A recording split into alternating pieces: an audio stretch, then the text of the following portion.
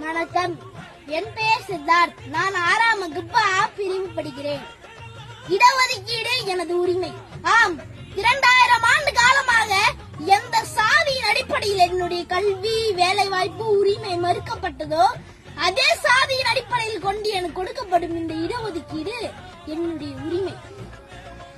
எங்கு யாருக்கு எதன் காரணத்தால் உரிமை மறுக்கப்பட்டதோ அங்கே அவருக்கு அதே காரணத்தை அடிப்படையாக கொண்டுதான் உரிமையை மீட்டுக் கொடுக்க முடியும். அதனால்தான் இந்தியாவிலே சாதி ரீதியான இடஒதுக்கீடு கடைபிடிக்கப்படுகிறது. ஆனாலும் கூட இந்த இடஒதுக்கீடை பார்த்தால் முன்னேறிய வகுப்பை சார்ந்தவர்களுக்கு சற்று அநீதியாகத்தான் தோன்றுகிறது. ஒரு முன்னேறிய வகுப்பை சார்ந்த ஒரு மாணவன் தன்னுடைய முகநூலிலே பதிவிடுகிறான். 84 மதிப்பெண் எடுத்த எனக்கு கிடைக்காத வேலை வாய்ப்பு 83 மதிப்பெண் எடுத்த பட்டியல் இனத்தவன் என்ற ஒற்றை காரணத்திற்காக அவனுக்கு கிடைக்கும் என்று சொன்னால் அங்கே என்னுடைய தகுதி மறுக்கப்படுகிறது, எனக்கு அநீதி இழைக்கப்படுகிறது என்று சொல்லுகிறான். இதை சற்று விவாதத்திற்கு உள்ளாக்குவோம்.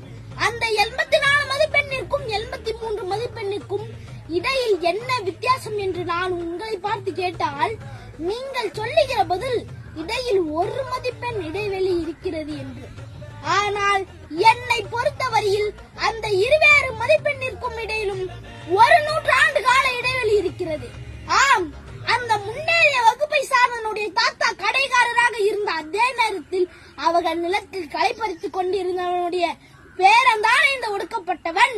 அவனுடைய தந்தை மருத்துவராக இருந்த போது அவர்கள் வீட்டில் மலமல்லி கொண்டிருந்தவனுடைய மகன் தானே இந்த ஒடுக்கப்பட்டவன்.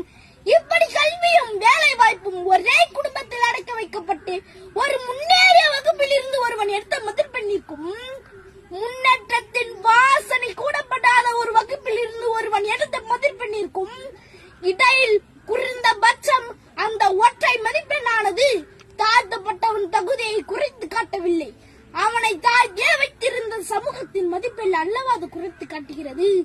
அப்படி என்று சொன்னால் இடஒதுக்கீடு எப்படி அநீதியை இழிக்கும் என்று நாம் பேசிவிட முடியும்.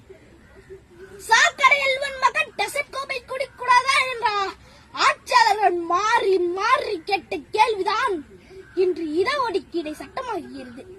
அந்த சட்டம் தான் பல பிற்படுத்தப்பட்டவனை பட்டதாரியாக்குகிறது. பல நூற்றாண்டு கால கல்வி மறுக்கப்பட்ட ஒருவனுக்கு அரசு வேலை இன்றைக்கு அங்கீகரித்திருக்கிறது. தாழ்த்தப்பட்டவனின் குடும்பத்தில் இருந்து குறைந்தபட்சம் 5 தலைமுறையாவது படித்த தலைமுறையாக மாறும் வரை இங்க இடஒதுக்கீடு இருக்கும். அந்த இடஒதுக்கீடை தாழ்த்தப்பட்டவன் சலுகையாக பார்க்காதீர்கள்.